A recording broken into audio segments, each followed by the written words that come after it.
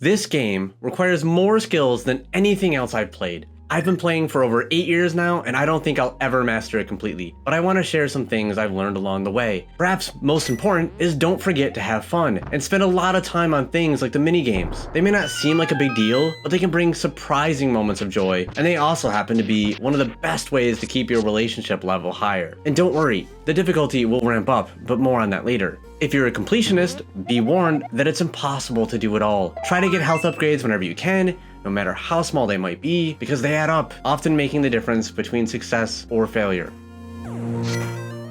Whenever I'm in too much of a hurry and I skip this advice, the smallest challenges can mean my defeat. And I mean small, really small. Whether you're playing single player or co-op, it can feel like you're up against the world, especially if you haven't found a village yet. So remember, it's not cheating to accept help. If you feel stuck, there is probably a dungeon you missed somewhere to progress. They can spawn in random places, so be prepared to spend a lot of time hunting for them. And you're not done exploring once you find them either.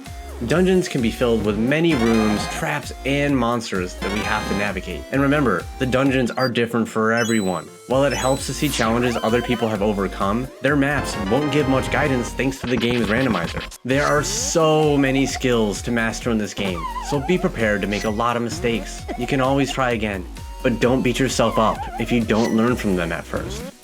Or 10th, for that matter. Sometimes, you have to go back in time. This can be frustrating, losing access to items and other progress we've made, but it is only temporary. Just keep going. Did I mention this game is hard? You will be defeated. A lot. The best you can do is to expect these moments to happen, and maybe snag a fairy if you come across one.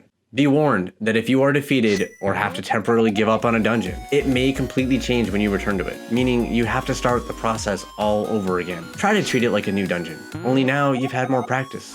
Be prepared to jump at your own shadow. Some of the most difficult fights in this whole game is when something from within you leaps out trying to destroy you. Fortunately, these fights also give some of the biggest rewards. Remember, the main goal of the game is to be a guardian. Try to solve problems without using force, or you may suffer more than necessary.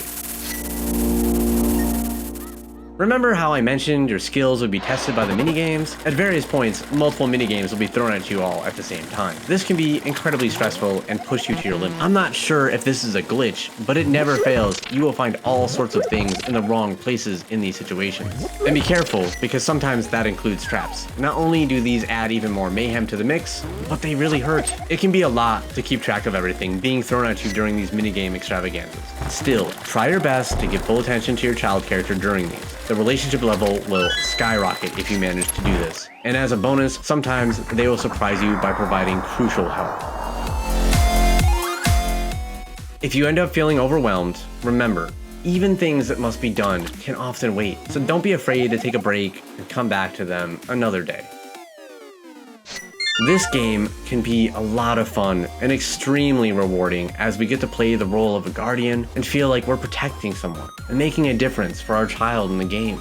But at the end of the day, it's not really our story.